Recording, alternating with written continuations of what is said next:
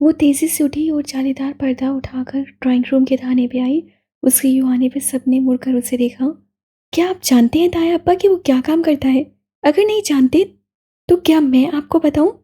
हाँ, ये ठीक है कि वो बड़े थे और उससे उनसे अदब से बात करनी चाहिए थी, मगर वो अपने लहजे में पहना गुस्से को ज़ब्त किए जब बोली तो उसकी आवाज़ काफ़ी बुलंद थी। ताया अपा ने कदरे हैरानी कदरे बेरहमी से उसे देखा और फिर सुलेमान साहब और फातिमा को, जैसे कह रहे हों कि उनकी बेटी को क्या हो गया है। शायद आप नहीं जानते, ठहरे मैं आपको बताती हूँ। वो उसी अंदाज से ऊंची आवाज़ से बोली। जिहान अभी इसीलिए नहीं आ सका क्योंकि वो अपनी ऑफिशियल असाइनमेंट में फंसा हुआ है। आप तो ये भी नहीं जानते होंगे कि वो हमारे एजेंसी का एक एजेंट है, एक बहुत काबिल आर्मी ऑफिसर। ये बात कहकर जब वो फारिग हुई तो उससे बारी बारी सबके चेहरों को देखा। ताया अब्बा, साइमा ताई, साहिद चचा, आपदा चची, सब हैरान सी नजरों से उसे देख रहे थे, जैसे उन्हें समझ नहीं आया हो उससे क्या कहा है। ऐसा ऐसा उसके अल्फाज उनके ज़हनों में ठहरने लगे और उनके मायने उनके सामने आया होने लगे। Army officer, agent. ताया फुरकान ने कुछ हैरान निगाहों से पहले उसे देखा, जो अपनी बात कह चुकने के बाद जरा पुरसुकून सी चौखट पे खड़ी थी। फिर सबीन पुप्पो को देखा जो खामोशी से सोफे पे बैठी थी, मगर उनकी आंखों का सुकून इस बात का गमाज था कि उन्हें हया की इस बात से खुशी हुई है। ज़रूरी तो नहीं था ना कि सब कुछ जिहान आके पता था। उन्हें शायद जिहान ने मना कर रखा था, सो उन्होंने बेटे का मान रखा। लेकिन हया के इस अमल से जैसे उनको ढेरों सुकून मिल गया था। वो हमारी एजेंसी के लिए काम करता है? सामा ताई शॉक्ड सी बोली। क्या वो आर्मी ऑफिसर है? क्या वाकई? जी ताई, ये सच है। वो सीने पे बाजू लपेटे बहुत इत्मीनान से कह रही थी। हर दफ़ा इंसान को अपने लिए जंग नहीं लड़नी होती, कई दफ़ा दूसरों के लिए भी लड़नी पड़ती है, और वो इस वक्त वही कर रही थी। उससे बहुत अच्छा ये बात अपने तक रखी, आप लोगों को नहीं बताई। इससे नहीं कि वो आपको अपना नहीं समझता था। हाँ ठीक है, उसकी जाप की नौयत ऐसी थी कि उसे अपनी असली शनाख्त छुपा के रखनी थी, लेकिन वो चाहता तो बता सकता था, जैसे पप्पू को हमेशा से मालूम था, जैसे बहुत से दूसरे लोगों को मालूम था, लेकिन उससे आप लोगों को नहीं बताया। शायद इसलिए कि वो आपका मान नहीं तोड़ना चाहता था, वो मान जिसके साथ बहुत साल पहले आप लोगों ने उससे लोगों कहते हुए ताया फुरकान को देखा। बहुत फख्र से कहा था कि किसी गद्दार के बेटे को फौज में कमीशन नहीं मिल सकता। हालांकि ऐसा नहीं होता ताया अब्बा, कितने ही गद्दारों के बेटे भतीजे आज भी फौज में काम कर रहे हैं और बहुत दयानतदारी और मुहब्बे वतनी से कर रहे हैं। इसीलिए जब उसको जॉब मिल गई तो उससे आपको नहीं बताया, ताकि आपका मान न टूटे, ताकि आपके फख्र को ठेस न पहुंचे। वो जानती थी कि वो काफ़ी ज़्यादा बोल रही है, बड़ों के सामने इतना नहीं बोलना चाहिए, मगर बात करते हुए भी वो तमीज़ और तहज़ीब की सरहद से आगे नहीं निकल रही थी। अलबत्ता उसकी आवाज़ ज़रा ऊँची थी। बादसफ़ा इंसानों के खुद गर्ज़ मजमे को अपनी बात मनवाने के लिए थोड़ा-सा बदतमीज़, थोड़ा-सा लाउड होना पड़ता है। ड्राइंग रूम में इतना सन्नाटा था कि कोई सुई भी गिरती तो गूंज पैदा कर होती। ताया फुरकान के चेहरे पे एक रंग आ रहा था और एक जा रहा था। वो जैसे समझ ही नहीं पा रहे थे कि ये सब हुआ क्या है। नताशा रोहिल से धीमी आवाज़ से कुछ पूछ रही थी और वो आहिस्ता से जवाब में कुछ बता रहा था। नताशा उसकी बात सुनकर ज़रा सा मुस्कुराई और फातिहाना निगाहों से उसे देखा और कहा, I guess so. Drawing room में मौजूद नफूस में से वो वाहिद थी जिसे इस खबर ने बहुत महसूस किया था। क्या करता है वो आर्मी में? क्या रैंक है उसका? जाहिद चचा वो पहले थे जिन्होंने सवाल किया। शायद उनके जहन ने इस बात को कबूल कर लिया था। मेजर है।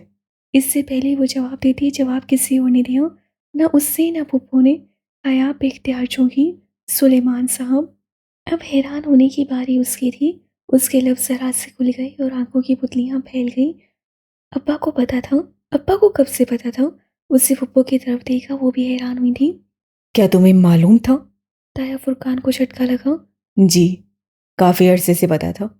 उन्होंने कहते हुए हया को देखा, जैसे कह रहे हों कि तुम वो वाहिद नहीं हो जिसे ये बात मालूम थी। मैं इस शहर में रहता हूँ और मेरे अपने भी सोर्सेस हैं।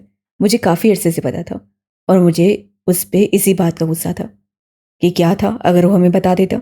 हम उसके अपने थे, दुश्मन तो नहीं थे। हया ने बेख्तियार रोहेल की तरफ देखा। रोहेल ने इस बात में सर हिलाया। तो यही बात थी जिसके लिए अब्बा उससे परकशता थे। वो लड़की वाला मामला नहीं था, वो ये बात थी। रोहेल को भी पता था, अब्बा को भी पता था, नताशा को शक था। बस एक वही बेवकूफ़ थी जो 3 महीने उसके पजल बॉक्स की पहेलियाँ ढूंढती रह गई। काश वो उन सबसे पहले पूछ लेती। हैरत है। ताया फुरकान बामुश्किल कह पाए। वो अभी तक बेयकीन थे। उसे कभी तो चाहिए था कि हमें बता दे। मुझे पता नहीं। वो बताना चाहता था, मगर उसकी जॉब की कुछ मजबूरियां थी कि वो बता नहीं सका। आप तो जानते हैं कि ऐसी जॉब में मुश्किल हो जाती है। बहरहाल, उसकी तरफ से मैं आपसे माफ़ी मांग लेती हूँ। सबीन पिप्पू ने बहुत सुकून से कहा था। उनके चेहरे से ज़ाहिर नहीं होता था, मगर वो मुतमईन थी, बहुत मुतमईन। तुम्हें किससे बताया? फातिमा अभी तक हैरान थी, कभी उसे देखती, कभी सुलेमान साहब को, जिसे समझ ना पा रही हूँ कि उन्हें इस बात पे खुश होना चाहिए या नहीं। जिहान ने, उसे मुझे ही बताना चाहिए था ना। उसे शाने उचकाते हुए जवाब दिया। बस वो एक जवाब हर जवाब पे भारी हो गया। सामत आई आपदा चची की मायने हिस्से का हूँ, तनसोता आने की नश्तर हूँ। हर शय को अपना जवाब मिल गया। वो वापस पलटी तो देखा, डाइनिंग रूम में मौजूद लड़कियां उसे उन्हें शशर और हैरान निगाहों से देख रही थी। हाँ, खबर बड़ी थी, मगर जल्द ही वो उसे कबूल कर लेंगे। अगर वो आया तो पता नहीं वो उसके साथ किस किस्म का सलूक करेंगे। मगर वो आए तो सही, कब आएगा वो नहीं जानती थी। अलबत्ता वो ये जानती थी कि इस जंग में जिहान अकेला नहीं होगा, वो हमेशा उसके साथ होगी। वो अपने कमरे में लैपटॉप के आगे बैठी तुर्की की तस्वीरें देख रही थी जब उसका मोबाइल बजा। स्क्रीन को देखते हुए उससे फ़ोन उठाया और नंबर देखते हुए जैसे अंदर तक कड़वाहट घुल गई। वलीद, जाने ये कब उसकी जान छोड़ेगा। चंद लम्हे वो जल्दी बुझती स्क्रीन देखती रही, उठाए या नहीं, मगर उस आदमी से कुछ पुआइट नहीं था। उठाना ही पड़ेगा। उसे सब्ज बटन दबा के फ़ोन कान से लगाया। हेलो। मैं तुम्हारे घर के बाहर हूँ। क्या तुम 5 मिनट में बाहर आ सकती हो? उसका दिल जैसे किसी ने मुट्ठी में लेकर दबा दिया।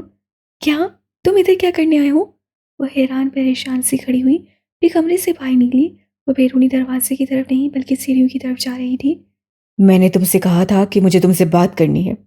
वो आर्किटेक्ट वाला मसला अभी हल नहीं हुआ और मैं जानता हूँ तुम उसे हल कराओगी।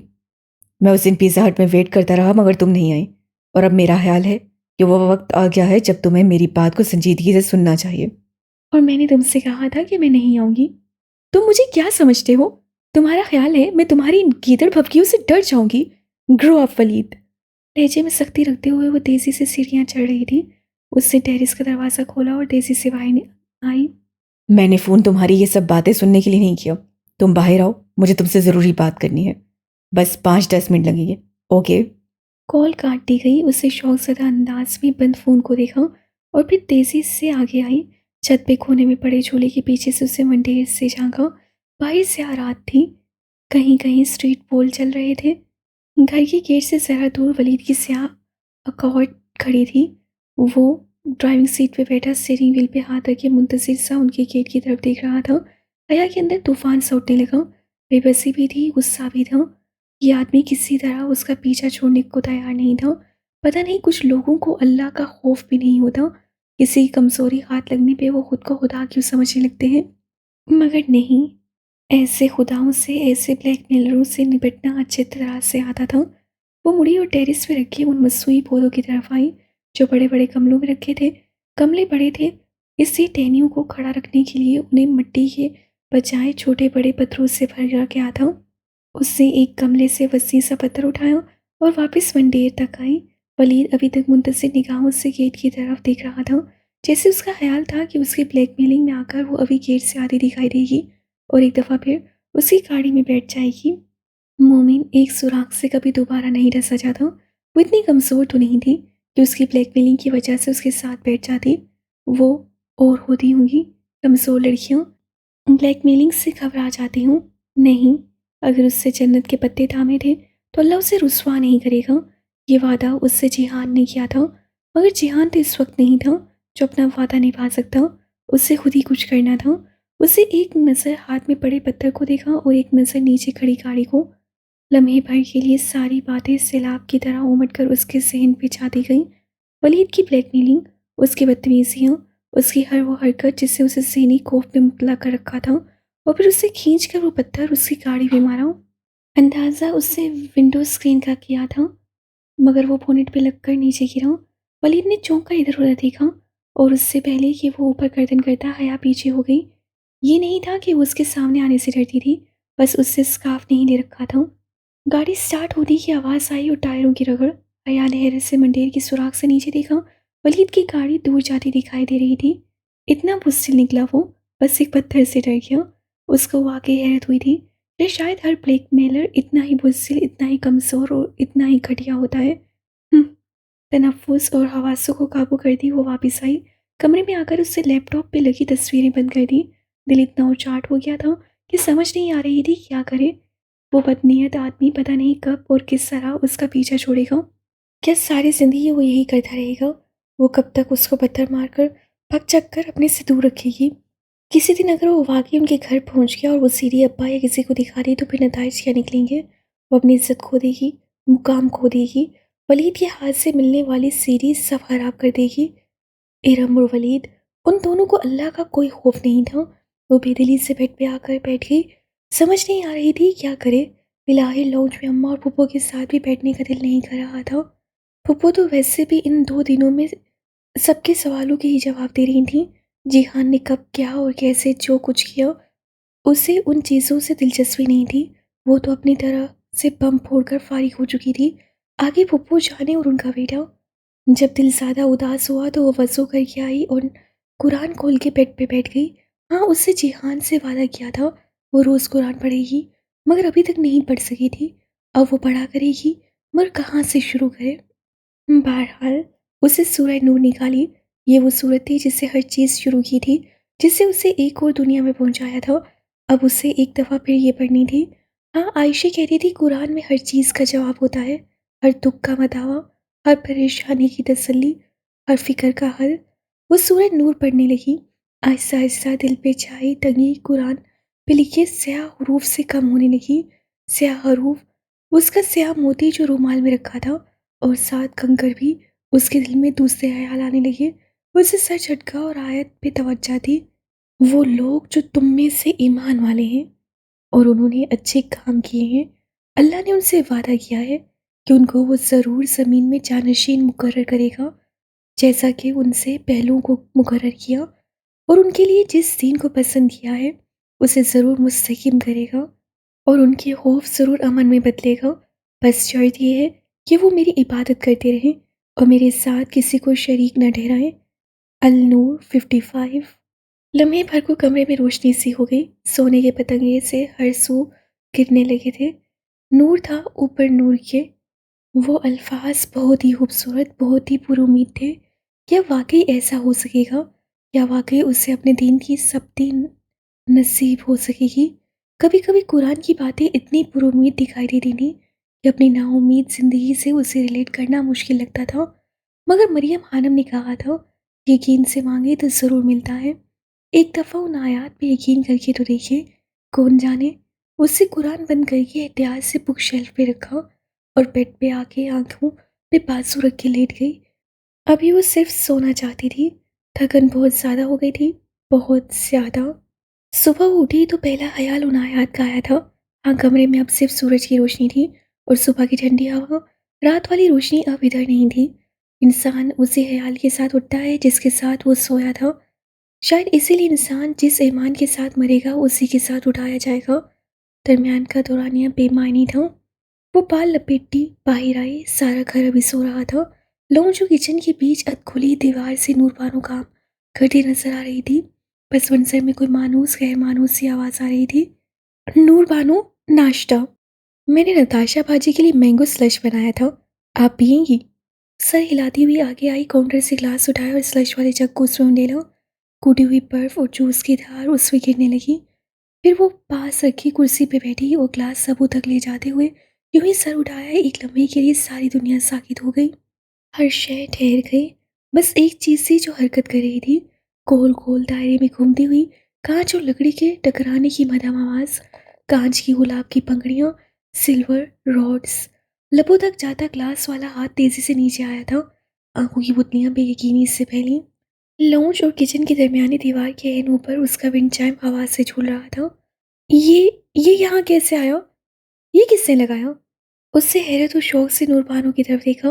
काम करती नूरबानो ने मुड़कर विंड चाइम को देखा। उसकी आंखों में अजनबा उभरा। फिर उसे नासमझी से नफी में सर हिलाया। मुझे नहीं पता बाजी, मैंने तो अभी देखा है।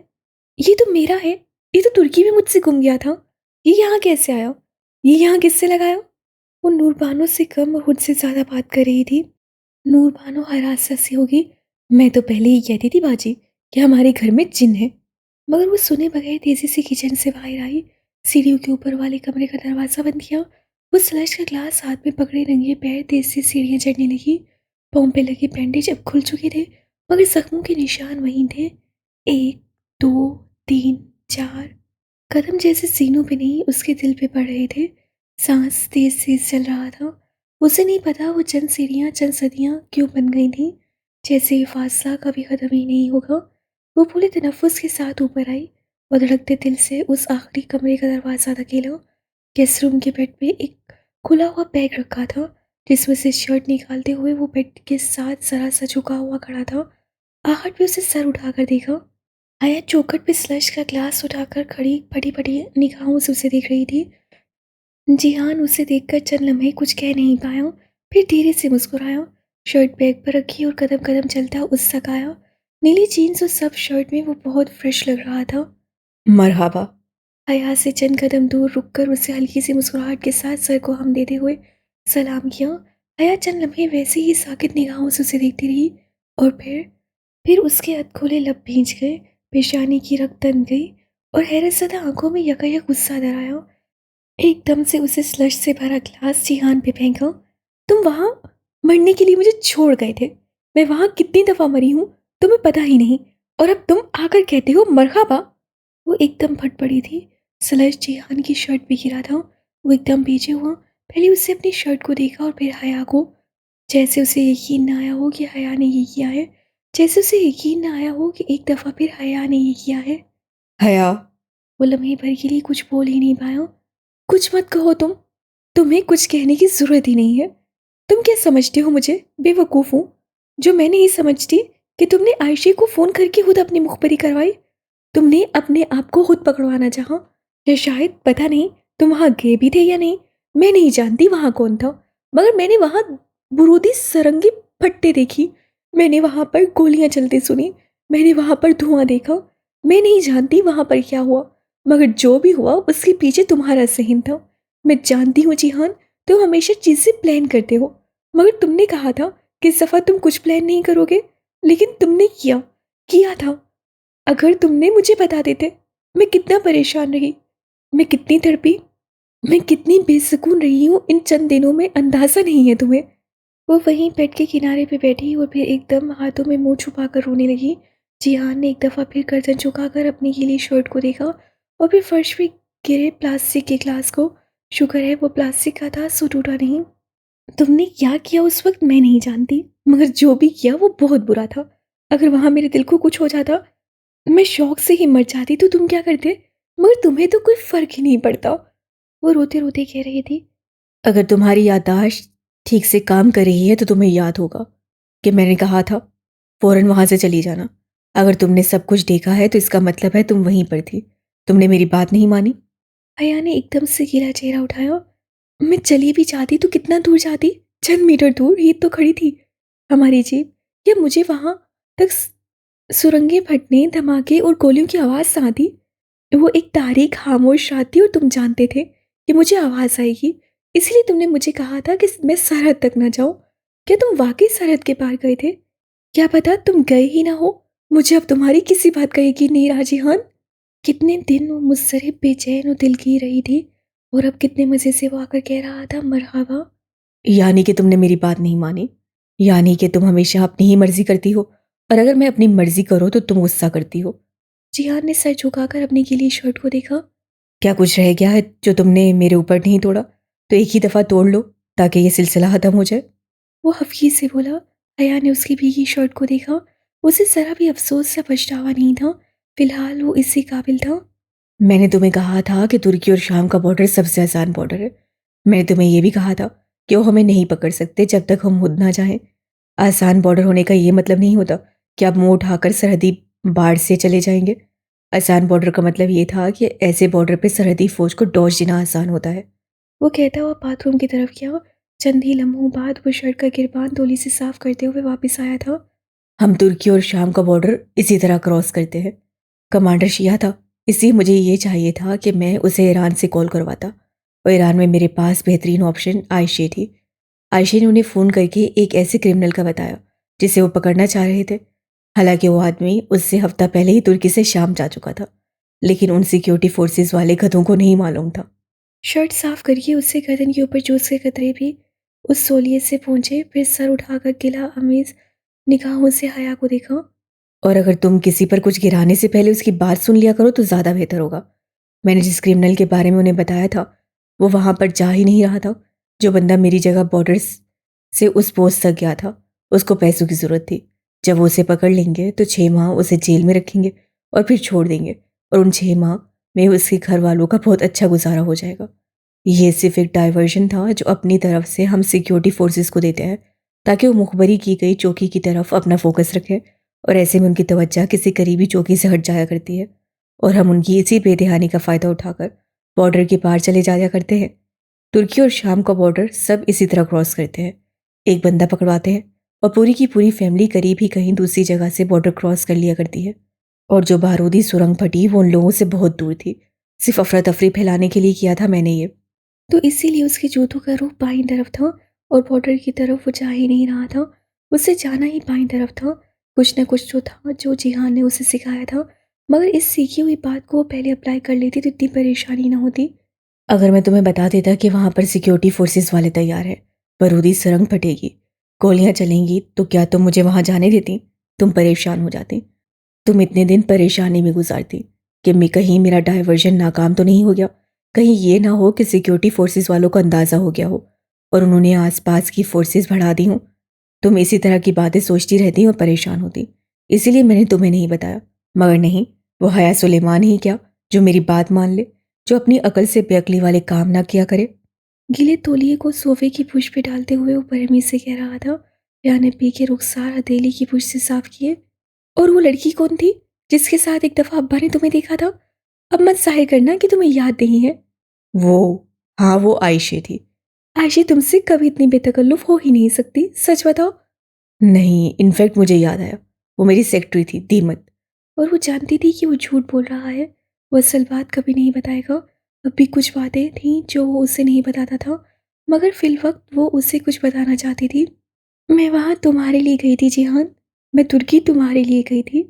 जिहान के हवा चेहरे के तने हुए नकोश जरा ढीले पड़े और फिर एक मुस्कुराहट उसके लबों पे आ गई। वेरी गुड, मैं यही सुनना चाहता था। वो बहुत महसूस हुआ था। मैं हमेशा से जानता था कि तुम वहाँ कप्पादोकिया देखने के लिए नहीं आई। कप्पादोकिया की बात कौन कर रहा है जिहान? उससे उकता कर टोका। तुम्हें अच्छी तरह पता है कि तुमने मुझे कप्पादोकिया खुद बुलाया था, वरना तुम कभी मुझे इससे मासन वाली बात न कहते। तुम चाहते थे कि मैं वहाँ आऊँ, लेकिन मैं कप्पादोकिया की बात कर ही नहीं रही। वो उसके सामने आ खड़ी हुई और जब बोली तो उसकी आवाज़ पहले से हल्की थी। मैं तुर्की तुम्हारे लिए गई थी जिहान। मैंने सुभान जी का स्कॉलरशिप तुम्हारे लिए लिया था। मैं तुमसे मिलना चाहती थी। मैं तुमसे उन सारे गुजरे माह साल का हिसाब लेना चाहती थी जिनमें मैंने तुम्हारा इंतज़ार किया। मैंने तुम्हें बताया था ना कि मैंने तुम्हारा नाम कब सुना।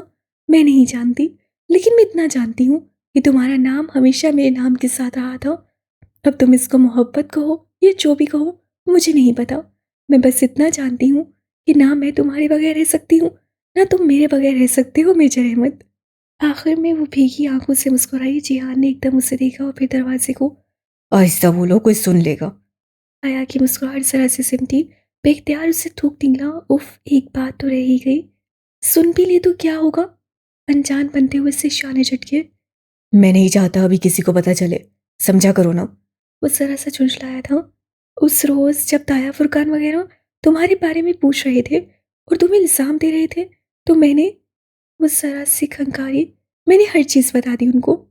बात के इख्तिताम पे उससे जिहान का चेहरा देखा। उसकी आंखों में पहले अचंभा उतरा और फिर तुमने सबको क्या बता दिया? वो पूरी तरह चौंका। वही जो सच था, वही जो तुम्हें बहुत पहले उनको बताना चाहिए था, मगर तुम में हिम्मत ही नहीं थी। सो मैंने सोचा थोड़ी सी हिम्मत मैं कर लूं और मैंने बता दिया, बस। वो जितनी लापरवाही से कह रही थी, उसके दिल की तेज होती धड़कन उसके बरक्स थी।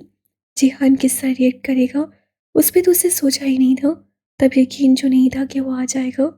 मगर तुमने ऐसा, उफ हया, उफ। उसे समझ नहीं आ रही थी कि वो क्या कहे। वो मुतफक्किर सा नजर आने लगा था। पता नहीं अब वो कैसे रिएक्ट करेंगे। एक दफ़ा फिर नया इशू। मैं मज़ीद इशू अफोर्ड नहीं कर सकता। वो झुंझलाया था। तुम्हें किससे कहा कि वो इशू बनाएंगे?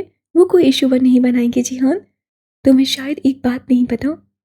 उसके दिल की धड़कन नॉर्मल हुई और झुककर फर्श से प्लास्टिक का ग्लास उठाया, फिर सीधी होकर मुस्कुराते हुए बोली, तुम्हें दुनिया की हर तहजीब, हर मुल्क, हर इलाके का पता होगा। तुम्हें बहुत सी जुबानें आती होंगी, मगर एक जगह तुम गलती कर गए हो। तुम पाकिस्तान में कम रहते हो ना। तुम्हें पता नहीं है कि हम पाकिस्तानी भले मार्शल लॉ के जितने भी खिलाफ हो जाए, हमें अपने जनरलों, डिक्टेटर से कितने ही शिकवे क्यों ना हो, हम उनकी पॉलिसीज से कितने ही इतलाफ क्यों ना करें, मगर एक बात हमेशा से तय है, हम अपनी फौज से वाकई मोहब्बत करते हैं और करते रहेंगे। जिहान ने सर उठाकर उसे देखा, फिर उसके मुतफक्किर चेहरे पर जरा सी मुस्कुराहट ऊपर कमोदूम हुई। और क्या इस हम में तुम भी शामिल हो? ये एक पहेली है और इसका जवाब तुम्हें खुद ढूंढना होगा। अब तुम काम करो और मैं जरा आयशे को बता दूं कि तुम वापस आ गए हो। कौन आयशे? वो जैसे बहुत उलझ कर बोला। वो ठहर गई, रीढ़ की हड्डी में सनसनीखेज सहज उड़ गई। मेरा मतलब था पुप्पो को बता दूं। ऑफ कोर्स, तुम्हारी तरह मैं भी किसी आयशे को नहीं जानती। जिहान ने इस बात में सही लाया, यानी अब उसे हमेशा ये बात याद रखनी होगी। आयशे बहारी का पाप बंद हो गया था। क्या अब तुम्हें कहीं जाना होगा या तुम घर पे रहोगे? क्यों नहीं जाना होगा? आज तो वैसे भी मेरा योम क़यामत है, योम हिसाब। एक एक पाई का हिसाब देना होगा। इन 3 साल का हिसाब देते हुए भी एक उम्र निकल जाएगी। वो वापस बैग की तरफ मुड़ने लगा, मगर एक दफ़ा फिर अपनी गीली शर्ट को देखकर रुका। और ये आखिरी दफ़ा हुआ है, ठीक? उसे हया के हाथ में पकड़े गिलास और अपनी गीली शर्ट को देखते हुए तंबी की। हया ने बड़ी मुश्किल से मुस्कुराहट अपने लबों पे रोकी। आई एम सॉरी, बस मैं गुस्से में आ गई थी। फिर अपनी मुस्कुराहट छुपाती वो तेजी से बाहर निकल गई। जो पहली चीज़ उससे जिहां पे गिराई थी वो भी स्लश ही था, मगर वो ये नहीं जानती थी कि आज का गिराया हुआ स्लश वो आखिरी चीज़ होगी जो उससे जिहान पे गिराई है या नहीं। अलबत्ता ये तय था, कितनी आसानी से तो वो अपनी आदत नहीं छोड़ने वाली। सारे घर में खुशियाँ उतर आई थीं, वो खुशियाँ जिनका उसने बहुत इंतज़ार किया था। पिछले साल दिसंबर में सुभान के मेल के बाद इन 6-7 माह में पहली दफ़ा वो दिल से खुश हुई थी। बहुत मुश्किल से ये खुशी उसको मिली थी और वो उसको पूरा पूरा जीना चाहती थी। अब और पुप्पो ने फैसला किया था कि जिहान और उसकी मंगनी का फंक्शन भी रोहेल और नताशा के वलीमे के साथ रखा जाए, यानी उससे भी दुल्हन बनना था। हाँ, रुखसती उसकी डिग्री ख़त्म होने के बाद ही की जाएगी। फंक्शन उस संडे को था और जब से ये डिसाइड हुआ था, सारे घर में अफरा तफरी और रौनक सी लग गई थी। जिहान ज़्यादातर घर से बाहर रहता था, लेकिन जब भी आता उसका इस्तकबाल हमेशा इज्जत और एहतराम से किया जाता। उसकी तवक्का के बरअक्स ताया अब्बा, अब्बास, साइमा ताई ने उससे कुछ नहीं पूछा था, कोई गिला या कोई ताना नहीं दिया था। जिसने पूछना था पुप्पो से पूछ लिया था। शायद उससे पूछने की किसी में हिम्मत ही नहीं हुई, ताया फुरकान में भी नहीं। वक्त भी कैसे बदल जाता है।